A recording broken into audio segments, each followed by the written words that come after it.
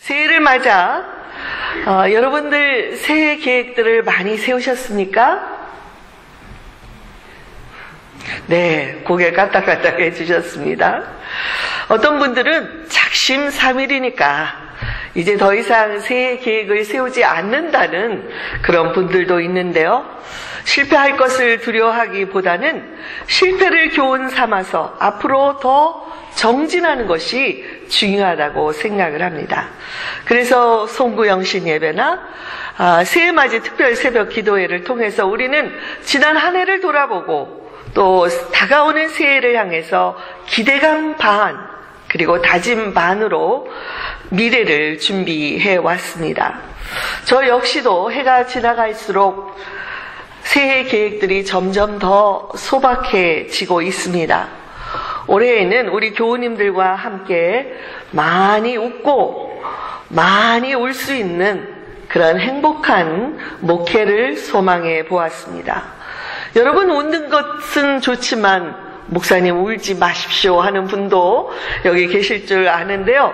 저는 우는 것도 감사하기 때문에 울 수 있다고 생각합니다. 꼭 힘들어서 우는 것이 아닙니다. 기뻐서 울고 감사해서 울고 은혜가 넘쳐서 울고 사랑하기 때문에 우는 것입니다. 오히려 눈물이 메마른 것이 더 문제입니다. 울어야 할 때 그것을 표현하고 울 수 있는 은혜가 우리 모든 교우님들께 함께 하시기를 바랍니다. 아주 작은 소망이라도 계획이 없는 것보다 있는 것이 훨씬 더 좋습니다. 이 계획들이 한 해 동안 삶의 방향을 제시해주고 그리고 중간 점검을 할 수 있는 기준을 제공하기 때문입니다. 우리 교회도 2014년도에 목회 비전과 계획을 세우고 지난 주일에는 각 사역별로 계획을 하는 시간을 가졌습니다. 앞으로 정기적인 이런 사역부 모임을 통해서 중간중간 사역을 점검하는 시간을 가지려고 합니다. 그러므로 여러분, 사역의 실패를 두려워하지 말고 열심히 섬기는 기쁨을 누리시기 바랍니다. 설사 실패하더라도 그것을 교훈 삼아서 우리 성마가 교회만의 특징 있는 사역들을 세워나갈 것입니다. 미국의 뮤지컬 중에 대통령이 등장하는 뮤지컬이 2개가 있다고 합니다. 하나는 루즈벨트 대통령이 등장하는 애니이고, 우리 애니 잘 아시죠? 또 다른 하나는 닉슨 대통령이 나오는 워터게이트입니다. 이 뮤지컬 속에서 두 대통령은 아주 대조적으로 그려지고 있습니다. 1929년 미국의 대공황을 배경으로 하는 애니의 주제가는 tomorrow, 내일입니다. 이 뮤지컬 중에는 이런 내용이 있습니다. 내일도 태양은 뜬다. 우리에게는 언제나 내일이 있다. 그러므로 우울한 기분이나 슬픔을 쫓아버리자. 이 뮤지컬을 통해서 루즈벨트 대통령이 대공황을 힘차게 타개해 나가는 그의 용기 있는 정신을 높이 찬양하고 있습니다. 그리고 이 뮤지컬을 통해 실패를 딛고 일어날 수 있다는 희망의 내일을 노래하고 있습니다.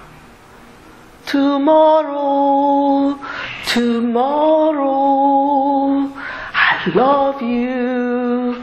여러분, 이 뮤지컬 아시죠? 네. 그런데 이 워터게이트 뮤지컬에서의 닉슨 대통령의 모습은 대조적으로 그려지고 있습니다. 그는 집무실 창밖을 내다보면서 우울하게 노래합니다. 나는 여기에서 어디로 갈까? 문을 열면 어둡고 지친 소리들이 외치고 있다. No more please. 제발 그만두십시오. 이 뮤지컬 속에서도 닉슨은 자기의 실패를 벗어나지 못하고 용기를 잃고 있습니다. 이런 탓인지 몰라도 애니는 오늘날까지도 많은 사랑을 받고 있지만 워터게이트는 아틀란타 공연으로 끝이 나버렸다는 것입니다. 이처럼 아무리 절망적인 상황 속에서도 내일에 대한 희망을 가진 자들은 모든 어려움을 극복하고 일어설 수가 있습니다. 중세기의 기독교 기독교에서 회자되던 이야기 중에 이런 이야기가 있습니다. 사탄이 부하들을 모아놓고 강의를 하는 장면입니다. 인간을 공격하는 가장 좋은 무기들에 대한 강의 시간이었습니다. 황금, 돈, 술, 미녀 등 사탄의 애용 도구를 보여주다가 도끼 한 자루를 보여주며 자랑스럽게 이렇게 말을 한 것입니다. 이것이 내가 가장 큰 효과를 본 나의 애용하는 무기다. 이 도끼는 말이야, 인간의 가슴 속에 있는 희망의 줄을 끊어버리는 도구란 말이라. 이렇게 말했다는 것입니다. 우리 기독교인들은 예수님 시대로부터 끊임없는 박해와 고난을 받아왔지만 성경 말씀을 통해 주시는 내일에 대한 희망을 놓지 않았기 때문에 여기까지 올 수 있었습니다.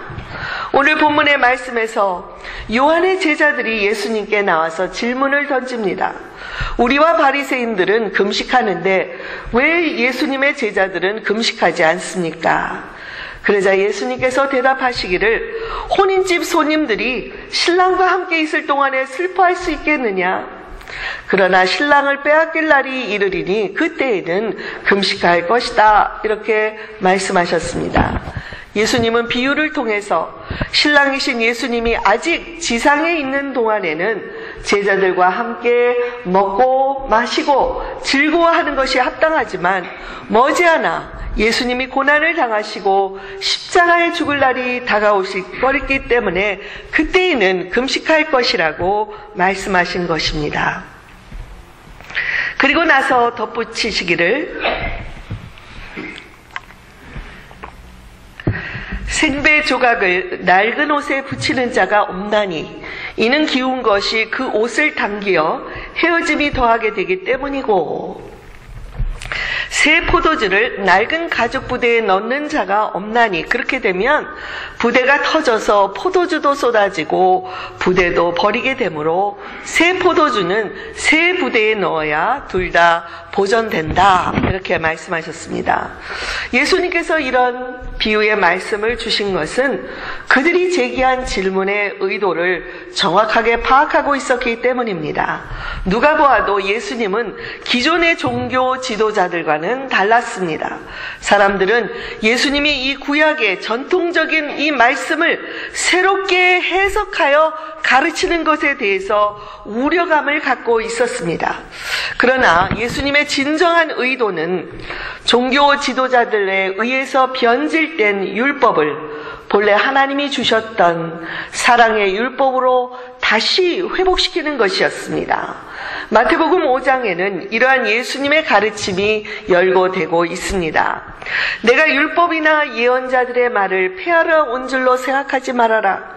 폐하러 온 것이 아니라 완성하러 왔다고 말씀하시면서 구약의 율법을 재해석해서 가르쳐 주셨습니다.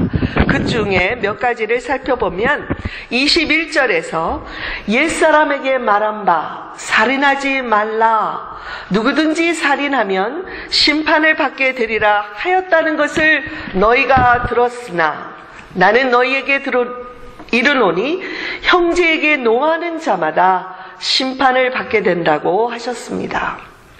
또 27절에서는 간음하지 말라 하였다는 것을 너희가 들었으나 나는 너희에게 이르노니 음욕을 품고 여자를 보는 자마다 이미 마음에 간음하였다고 말씀하셨습니다.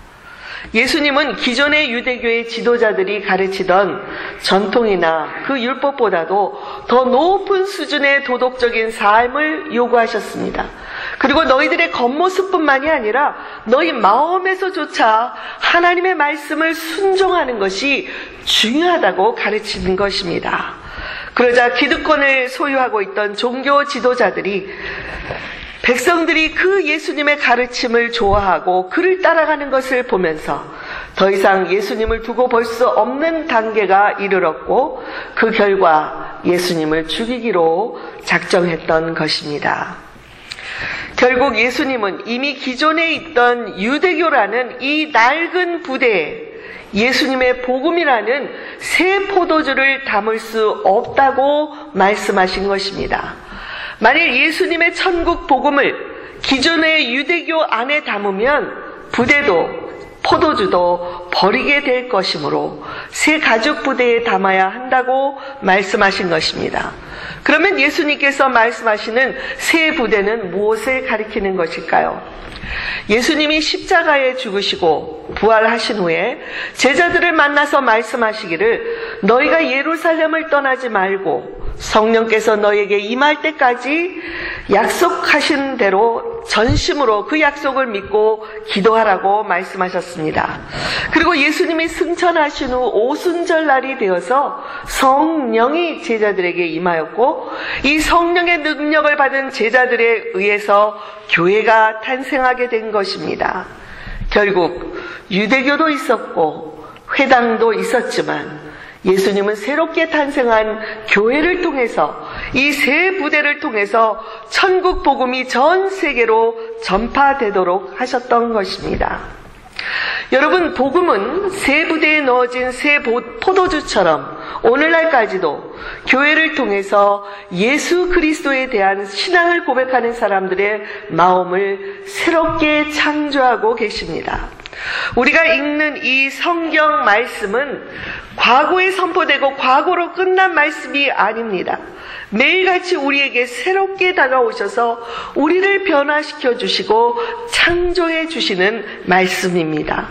그러므로 태초부터 시작된 하나님의 창조의 사역은 오늘날에도 계속해서 지속되고 있고 이 말씀의 능력을 경험하는 자들을 통해서 변화의 모습을 통해 창조의 역사는 계속 지속되고 있는 것입니다. 이사야서 65장 17절에 보면 보라, 내가 새 하늘과 새 땅을 창조하나니 이전 것은 기억되거나 마음에 생각나지 아니할 것이라. 너희는 내가 창조하는 것으로 말미암아 영원히 기뻐하며 즐거워할지니라. 이렇게 말씀하셨습니다. 그러므로 교우 여러분, 새해에도 하나님의 창조 사역이 우리 교회를 통해서 계속해서 일어나도록 기도해야 할 것입니다. 우리 교우들의 삶 속에서 날마다 새롭게 빚어주시는 하나님의 은혜가 경험될 수 있기를 바랍니다.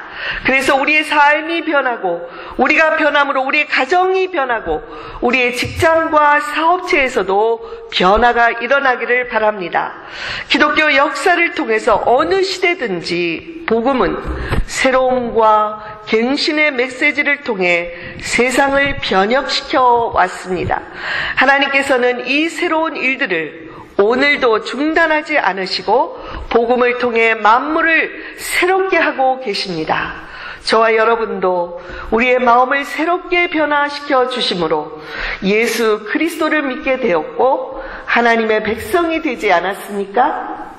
아멘. 여러분의 마음을 새롭게 변화시켜 주시고 새롭게 창조해 주셨기 때문에 그리스도께서 우리 안에 거하시게 된 것입니다.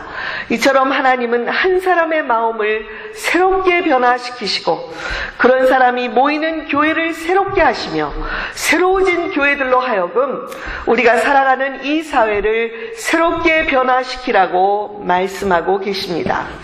그러나 반대로 낡은 전통이나 구태의연한 관습만을 계속해서 고집하는 개인이나 사회, 그런 교회는 시간이 지나면 그 낡은 부대로 말미암아 문제가 생기기 쉽습니다. 그러므로 주님은 이 낡은 부대는 터져야 하고 복음으로 날마다 새롭게 갱신되어야 한다고 말씀하시는 것입니다. 사랑하는 우리 성마가 교회의 성도 여러분, 2014년 새해를 맞아 우리들도 새 부대로 준비되어서 주님께서 부어주시는 새로운 능력을 받게 되시기를 바랍니다. 내가 변하지 않는 한 아무리 새해가 되었다고 해도 새로움을 경험할 수 있는 것이 아닙니다. 지난해 동안 혹시라도 경건의 모양만 갖추었을 뿐 경건의 능력을 경험하지 못한 삶을 살았다면 이제는 과거의 낡은 부대에서 새 부대로 빚어지기를 바랍니다. 만일 우리 스스로 노력해서 새 부대가 되라고 하면 그것은 불가능해 보입니다. 그러나 하나님은 이미 우리의 연약함을 아시고 우리를 도와주실 것입니다. 중요한 것은 내가 진심으로 새롭게 빚어지기를 원하느냐는 것입니다. 그냥 이대로 편하게 부담 없이 살면 되지, 혹은 우리끼리 가족처럼 잘 지내면 되지, 이렇게 안일하게 생각한다면 올해에도 그럭저럭 지나가게 될 것입니다. 그러나 그것은 하나님이 기뻐하시는 뜻이 아닙니다. 그러므로 저와 여러분의 마음속에 하나님이 원하시는 새 부대로 빚어지려는 의지를 가져야 할 것입니다. 아멘. 여러분, 이 의지를 가지셨습니까? 이 의지를 갖고 새해를 시작하시기를 원하십니까? 아멘. 아멘 하시는 분에게 그런 놀라운 은혜가 충만하게 임하기를 바랍니다. 아멘. 하나님은 우리 마음의 중심을 이렇게 살피기 때문에 아무리 입술로는 고백해도 마음이 함께하지 않는 고백은 하나님이 기뻐하시지 않습니다. 그러나 반대로 감히 입술로는 올려놓지 못하지만 마음속에서 내가 새롭게 되기를 원합니다. 나도 좀 2014년도에는 새로운 삶, 새롭게 주님 안에서 살아가기를 원합니다. 이렇게 의지를 갖고 하나님께 기도를 드리면 하나님께서는 그에게 새 포도주를, 그에게 새로운 은혜를, 그에게 새로운 성령의 능력을 부어주실 것입니다. 그런데 하나님께서 새 포도주를 부어줄 수 없는 마음이 있습니다. 그것은 죄로 더럽혀진 마음입니다. 거룩하신 하나님께서는 죄가 있는 곳에 함께 하실 수가 없기 때문입니다. 그래서 다윗이 하나님께서 나단 선지자를 보내어 자기의 죄를 책망하게 하신 후에 시편 51편에서 이렇게 탄식하고 있습니다. 하나님이여, 내 속에 정한 마음을 창조하시고 내 안에 정직한 영을 새롭게 하여 주시옵소서. 다윗은 죄로 인해 자신의 마음이 더럽혀지고 하나님의 은혜가 떠난 것을 탄식하며 그렇게 외치고 있는 것입니다. 오 하나님, 다시 내 속에 깨끗한 마음을 창조하여 주시옵소서. 나를 새롭게 빚어 주시옵소서. 교우 여러분, 어찌 이 고백과 탄식을 드려야 할 사람이 다윗 왕뿐이겠습니까? 설사 다윗 왕처럼 명백하게 그 드러나는 죄를 짓지 않았더라도 저와 여러분, 우리의 마음도 크고 작은 죄로 더럽혀질 때가 얼마나 많이 있었습니까? 여러분, 계속해서 다윗은 고백하고 있습니다. 나를 주 앞에서 쫓아내지 마시며 주의 성령을 내게서 거두지 마소서. 주의 구원의 즐거움을 내게 회복시켜 주시고 자원하는 심령을 주사 나를 붙드소서. 여기서 자원하는 심령이란 우리 마음속에서 새롭게 빚어지기를 원하는 의지를 갖고 정결한 마음으로 새롭게 변화시켜 주시기를 소원하는 그런 마음입니다. 그러므로 저와 여러분이 새해를 맞아 새 부대로 빚어져서 새로운 은혜를 우리 안에 충만히 부어주시기를 원한다면 첫째로 날마다 보혈의 능력으로 우리를 정결하게 해주시도록 기도해야 합니다. 저를 따라해 주시기 바랍니다. 날마다 보혈의 능력으로 내가 정결하게 되기를 원합니다. 둘째로는 그렇게 보혈의 능력으로 씻겨진 우리 영혼에 날마다 성령으로 채워주시기를 기도해야 됩니다. 함께 하십시다. 날마다 성령으로 채워주시기를 기도합니다. 하나님께서는 이런 거룩함을 소원하는 마음에 성령을 부어주실 것입니다. 그리하여 우리의 삶 속에서 구원의 기쁨을 누리도록 축복해 주실 것입니다. 다이제스트에 리더스 다이제스트에 오래전에 기사로 실린 글을 소개하려고 합니다. 그리스도인 작가였던 아더 고든이라는 분이 어느 날 우울증에 빠졌습니다. 무력증에 빠진 그는 더 이상 글을 쓰지 못할 지경에 이르렀습니다. 작가가 글을 쓸 수 없다는 충격은 사망 선고나 마찬가지였기 때문에 그는 자살을 생각하기도 했습니다. 그러다가 의사이면서 상담자였던 자기의 친구를 찾아가서 이런 어려운 사정을 모두 털어놓았습니다. 나는 더 이상 살고 싶지가 않네. 고든의 이야기를 듣던 그 친구가 물었습니다. 자네가 어렸을 적에 가장 하고 싶어했고 좋아했던 일은 무엇이었나? 글쎄, 내가 어렸을 때 좋아했던 것은 해변에서 파도 소리를 듣는 일이었지. 그러자 그 친구가 말하기를, 그러면 내가 시키는 대로 한번 따라해 보겠나? 의사인 친구는 그 친구에게 시간마다 처방전을 써 주었습니다. 그리고 어린 시절 그가 자주 놀러 갔던 해변으로 갈 것을 권유했습니다. 친구의 말대로 그는 처방전을 가지고 해변을 찾아갔습니다. 아침 9시에 첫 번째 처방전을 펴보았습니다. 그 처방전은 이것이었습니다. 자네가 좋아하는 파도 소리, 갈매기 소리를 잘 들어보게. 싱거운 것 같았지만 그 처방대로 바닷가에 앉아서 어린 시절에 듣던 파도 소리와 갈매기 소리에 귀를 기울이고 있었습니다. 조금 후 12시가 되어서 두 번째 처방전을 펼쳤습니다. 이제 자네가 어렸을 적부터 지금까지 살면서 참 행복했다고 기억되는 순간들을 생각해보게. 그는 이 두 번째 처방전을 따라 바다를 바라보면서 행복했던 어린 시절의 추억들을 하나씩 떠올려 보았습니다. 그러자 마음에 조금씩 기쁨이 어디선가 솟아오르는 것을 느끼기 시작했습니다. 그리고 시간이 더 지나 3시에 세 번째 처방전을 펴보았습니다. 자네의 인생의 동기와 의미를 다시 한번 이 시간 검토해 보게. 그러자 그는 자기가 왜 이제까지 글을 써왔는지를 생각해 보았습니다. 깊이 생각해 보니 글을 쓰는 이유가 자기 명예와 자기 이름을 내고 사람들에게 박수를 받기 위한 것이었다는 것을 깨닫게 되었습니다. 생각이 여기까지 미치니 갑자기 그의 마음속에서 아하, 나는 그리스도인이면서도 하나님의 영광을 위해 살지 않았고 의미 없는 내 헛된 이름만을 위해서 살아왔구나, 이렇게 깨닫고 고백하기 시작했습니다. 그러자 자신도 모르게 눈에서 눈물이 쏟아지기 시작했습니다.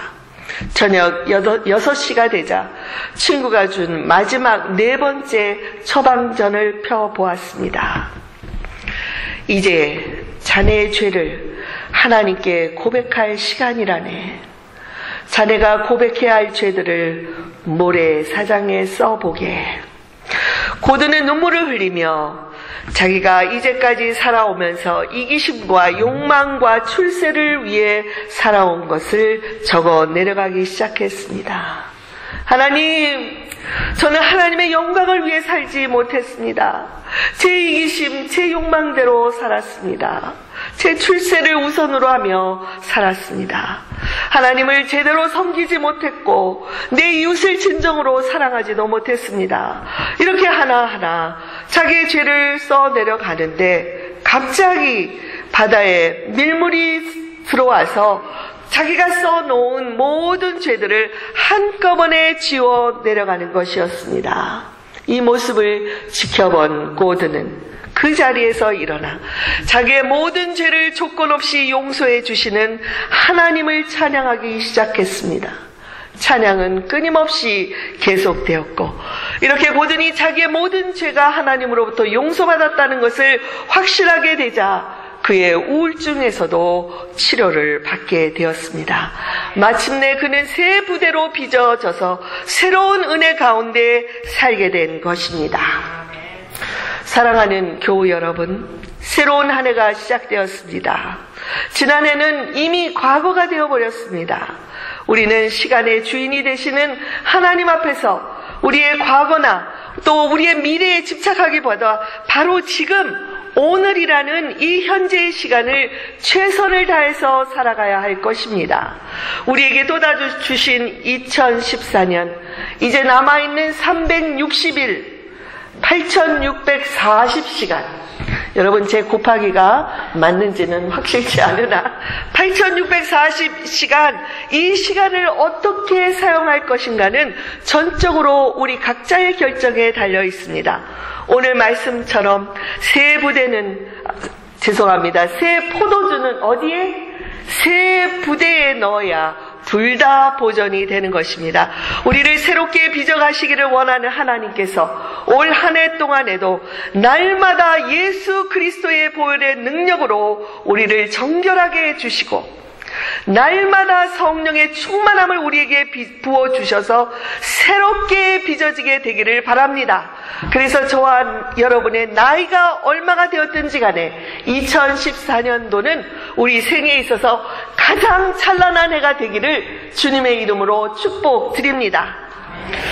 할 수 있는 한 이 한 해 동안에 열심히 사랑하고 열심히 섬기고 긍정적인 사고를 하고 은혜로운 말이 우리 혀에서 나올 수 있도록 훈련을 하여서 교회와 가정에서 덕을 세우고 많은 결실을 맺는 우리 성마가 교회 식구들, 이 자리에 함께한 모든 분들이 되시기를 주님의 이름으로 다시 한 번 더 축원드립니다.